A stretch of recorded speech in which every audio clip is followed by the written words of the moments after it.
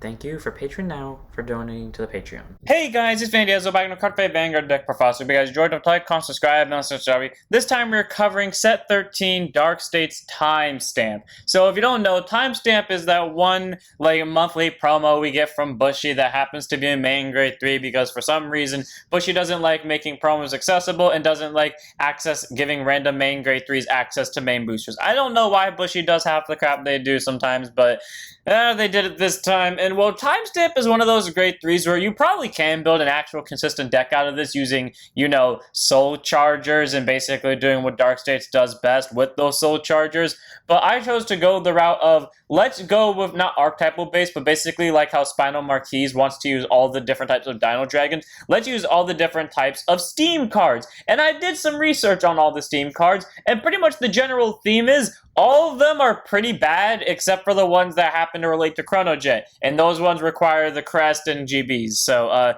yeah, let's go ahead and see what we got with as much as the gear theme can possibly offer without needing to delve into Chronojet.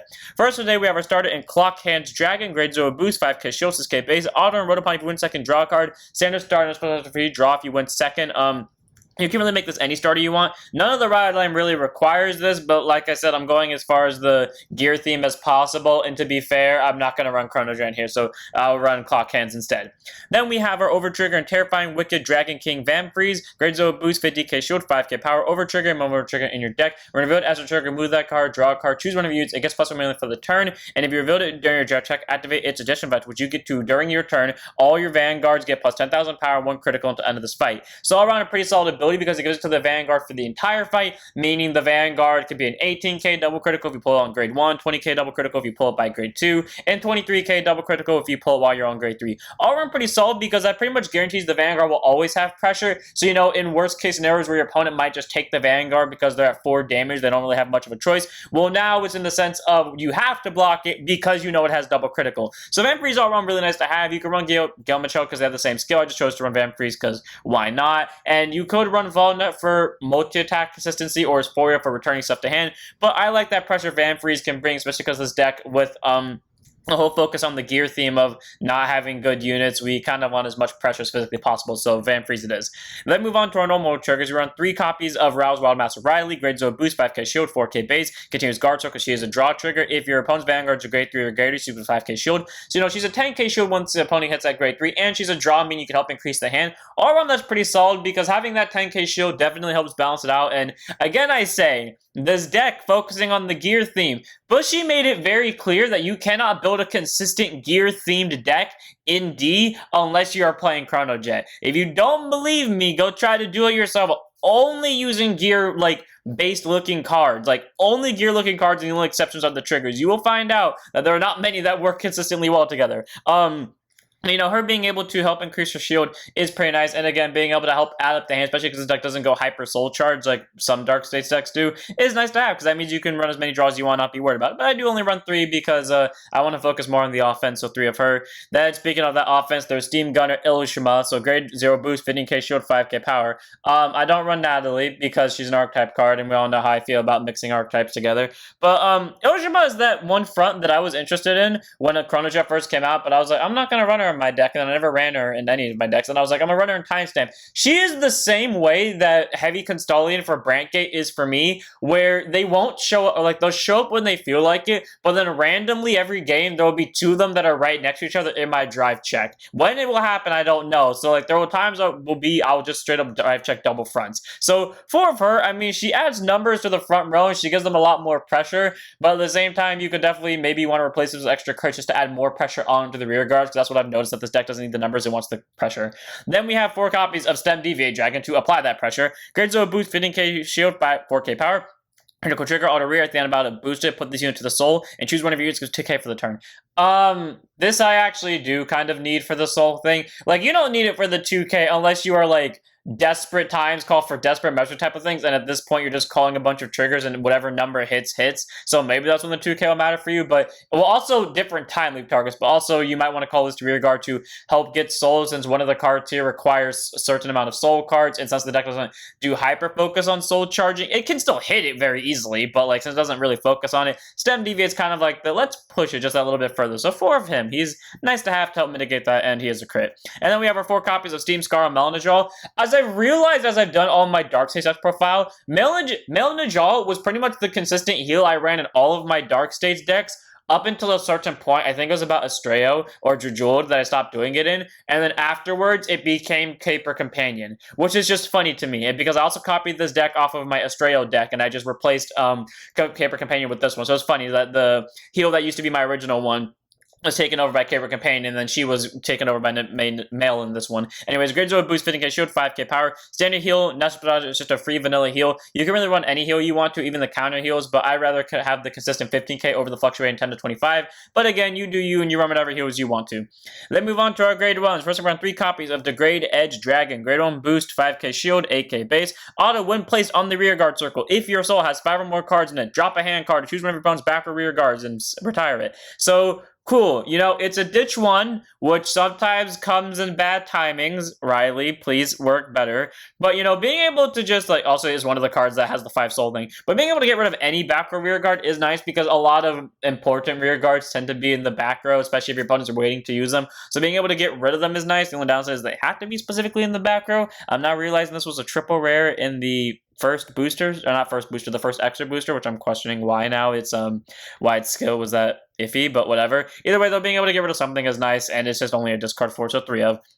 Then we have 4 copies of the thing to hopefully get us more soul for this thing, and that is Steam Battler Gungnaram. Oh yeah, by the way, this thing can work during the battle phase. That is important since timestamp calls during battle phase. Anyway, Steam Battler Gungnaram, grade 1 boost, 5k shield, 8k base. Auto when placed on the rear guard, soul charge 1. Downside is that is mandatory, so that can help deck you out, especially when you're constantly calling from deck and doing drive checks, possibly even triple drive. That might end up causing you a problem, but A, free soul charge, and then act rear guard once per turn, soul blast 3, draw a card. Again, because you don't want to use your soul unless you have to, because you know you want stuff like degrade and other card effects to go off. You're not going to use that effect to draw unless you have to. But again, there are times that come up, so if you need to draw, draw. If you don't need to draw, then don't draw. And it's a free soul charge. So what's not to like about Gungnaram? All around pretty solid grade 1 4 of.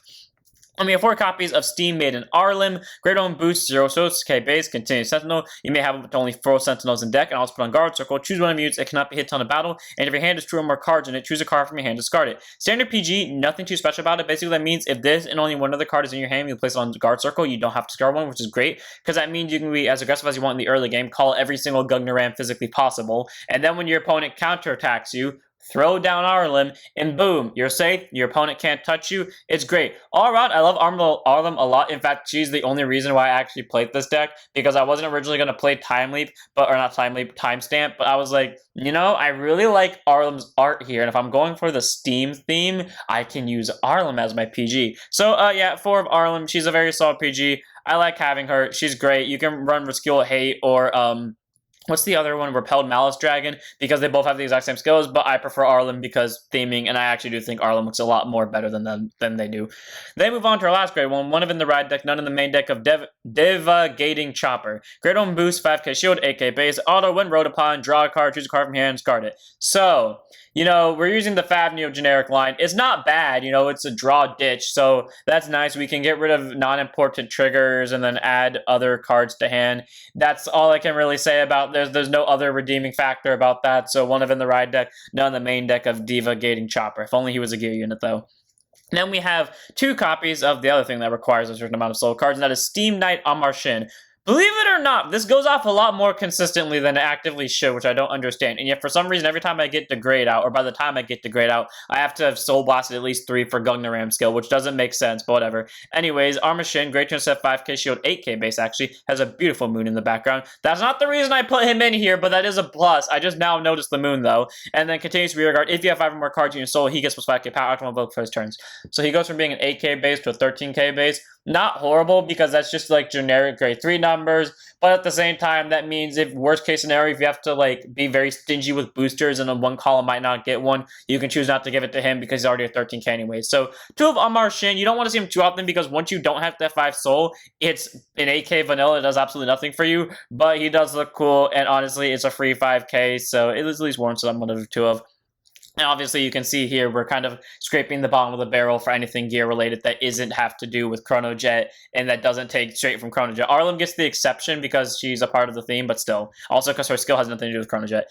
Then we have Turn Fracture Dragon. Grade 2 is at 5k shield, 10k base. Auto rear guard. When its attack hits a Vanguard, you may draw a card. If you do, choose a card from hand, put it to soul. Cool. We have more soul charges we have on hit pressure, and it helps, quote-unquote, filter by getting us to draw and setting something to soul. All around Turn Fracture is not horrible. He's not great for this deck. You know, if Timestamp was like a booster set grade 3, I 100% guarantee you, even if they didn't give him his own like ride line, they would have given him at least like really good support card that wants to be called by effects, that happens to fit the theme, but also, you know, like does not Turn Fracture, or basically is probably Turn Fracture but better. But no, we didn't get that because he's a promo, so instead we got this. But like Turn Fracture is still a good grade 2. Like I said, he adds pressure and he filters. He just could have done more, but at the same time, this was released long before Timestamp came out, so as you will. 4 of him, though, it's the best we're pretty much going to get in terms of a generic card that happens to fit the gear theme. Then we have 4 copies of Clean Sweep Dragon. Okay, you know I hit the bottom of the barrel when I start relying on Clean Sweep, because I don't like Clean Sweep. Clean Sweep is one of my all-time least favorite cards, so the fact that he's in this deck at a 4 implies that I literally scraped the bottom of the barrel. Grade 2, intercept 5k shield, 10k base, act, rear guard once per turn. If you Persona out this turn, counterblast 1 and choose up to a total of 3 of you and your opponent's rear guards, and you and your opponent both put them into soul. It's not 3 each, it's 3 in total, and this unit will get plus 5,000 power until end of turn for each card chosen with this effect. If you Persona Road is active, even if you Persona Road outside of normal writing. So, you know, if you play it the order that activates Persona, I believe it's called Gratias Gallade, which is cool. You know, being a 25k, because you're probably going to send 3 cards, so whether it's you or your opponents or a combination of both, is great. And if you Persona Road, obviously, because you have to, it's a 35k, but it's literally vanilla if you don't Persona Ride, and most of the time you're calling this via Timestamp because you have no other choice, because you probably already called Turn Fracture, and you know things are happening because of that, but if you manage to pull it off, great. Free 3 rear guard kill. Otherwise, it's a 4 of that I can't really warrant otherwise because, yeah, but she really is stingy with that gear stuff. I will keep talking about this. Like, I straight up went through all of them. There are good ones, but, like, none that can make a consistent, like, gear-themed deck, like I said. So I just kind of picked the ones that, if they're either that I like or that are really good in very specific scenarios.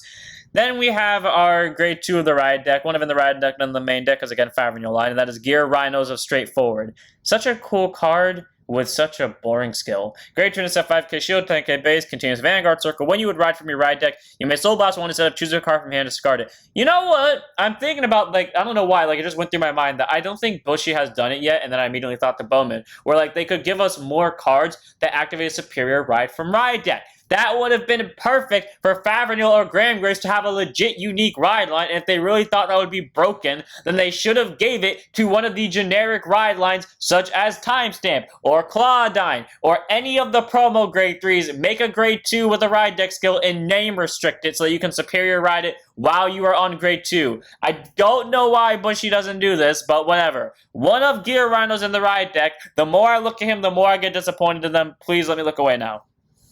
Then move on to our grade 3s. Run 3 copies of the only card in this deck that has the right not to be a Gear Dragon, not the simple fact of it's a quote-unquote rule of thumb I do, where if I run one specific card, I will run another one because I consider them combo cards, considering the first deck I put them together in worked really well, and they would always, like, you know, basically work in tandem with each other. So because he's here, if you pay attention to all of my other deck profiles that has him in it, you're probably going to understand who the next one is and why, but, Execution Dragon, Vorpal / Dragon. Grade 3 to Persona 13k base, act rear guard circle once per turn, Soul Blast 2, choose one of your opponent's rear guard and kill it, and auto rear guard when his attack hits, you may soul charge 2. So all around pretty solid. He adds on hit pressure to anything. You can soul blast any 2 cards to kill an opponent's pesky rear guards. Granted, that eats away from Arma Shin skill into Great Edge skill, but if you don't want to discard for the rear guard kill, you can definitely use his skill instead. And again, because he has on hit pressure, he could either refill it himself, or, you know, he threatens your opponent for, you know, rear guards and vanguards and stuff like that. So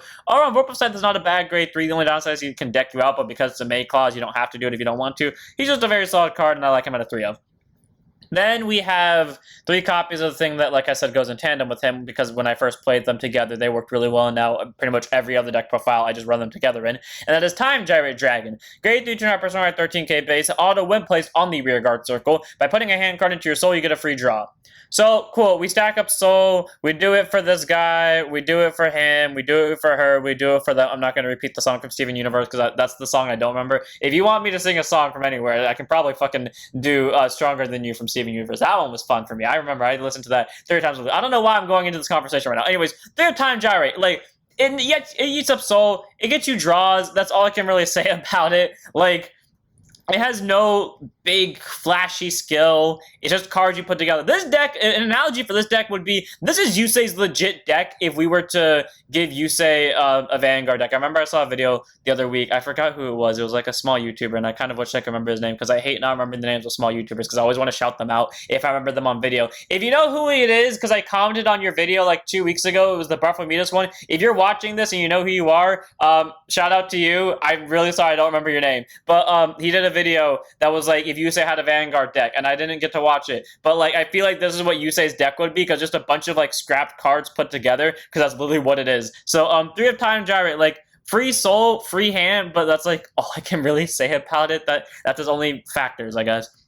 And then we have our Stardust Dragon of the lot, and that is Time Stamping Dragon. Grade 3, Twin Giant, Persona Right, 13k base, auto Vanguard circle. When he attacks into the Vanguard, by counterblasting 1, you can choose one of your rear guards with a different card name as cards in your bind zone and bind it. If your opponent's Vanguards are grade 3 or greater, you may choose 2 cards with different card names instead of 1. So, here's the upside of this. That is a free rearguard bind every single time. Well, you may be asking why we're doing the binding. We'll get to that in a second with the second skill. But that's a cool skill, and regardless of what grade the opponent's Vanguard's at. But then, if you're at grade 3, you get to do 2 cards instead of 1.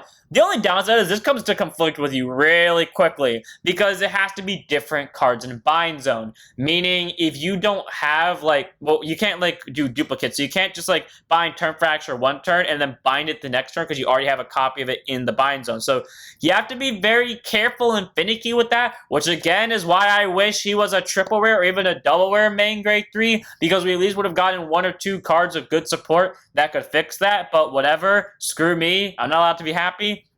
And even when that makes sense. And then the second skill is Auto Vanguard. When your rear guard is bound by this unit's effect specifically, if that card's original grade was grade 3 or greater, until end of turn, he gets triple drive and 10,000 power. So basically, specifically triple drive, doesn't get drive +1, so you can't bind these 2 and then expect to get the full 33k with 4 drives. No, it's triple drive and he's a 23k.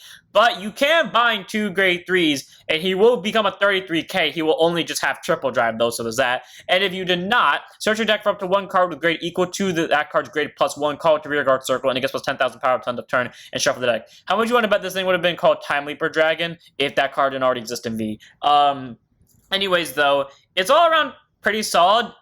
It gets 4 or 5 attacks in a turn, which is great. It gets 23k or 33k swing on its own with triple drive. The only downside is, though, is this one part that has to conflict with it, that it has to be different named rear guards. So once you bind Turn Fracture once, you can't do it again. Doesn't matter what turn it is, unless you find a way to bot deck it to bottom. So I'm hoping they do it I'm really hoping when the special series set comes out, they just support all the grade 3s that they've scrapped, Musashi'd Armor, Shield Fisher, this thing. They give all of them a ride line, or they give all of them 2 really good support cards, or they just make 1 dedicated booster. If they legit do that, I will sit there outside of a card shop and I will buy every single box of that if they legit do that for the special booster, or they announce a booster that's specifically for these type of grade 3s. I'm not joking with you. I'm being legit damn serious, because I want to see it happen. But again, his skill's not bad, but he just needs support to kind of get further. But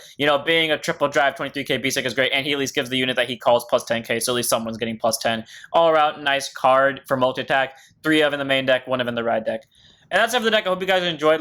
The deck is not particularly amazing. I'm not going to stand here and tell you, take this thing to a tournament and you will win every single game except for 1 or 2. I promise you that's not the case, and if it does happen, then I will be damned straight up. But, it's all it needs is just support. That's literally all it needs. Like, all it needs is a unit that sends stuff from bind zone to bottom. It maybe does like what that grade 1 does from V, where if you send a certain grade Soul Blast 2 to draw a card, maybe they give us a unit that acts as a different card name, or acts as a different card name on board than it does in bind zone if you have a copy in bind zone already. Or maybe something that, like, when it's called out of it, it also gives itself 10k, or gives both itself in the Vanguard 5k and counts as a grade 3. I don't know. The point is, like, it's so close to being good. It is so close to being, like, actually good, because we have, like, a good base here. And we just need support. But she's not going to give us that support because it's a promo. People, rally with me for support for this guy. Either way, though, I just want to hear what you guys enjoyed. All around, this deck is fun to play. We just need that support. So I'll see you on the next one, hopefully, when Bushy gives us support for this thing. Don't forget to like, comment, subscribe. Don't forget to follow Twitch, and I'll see you all in the next one. Don't forget to stand up your Vanguards.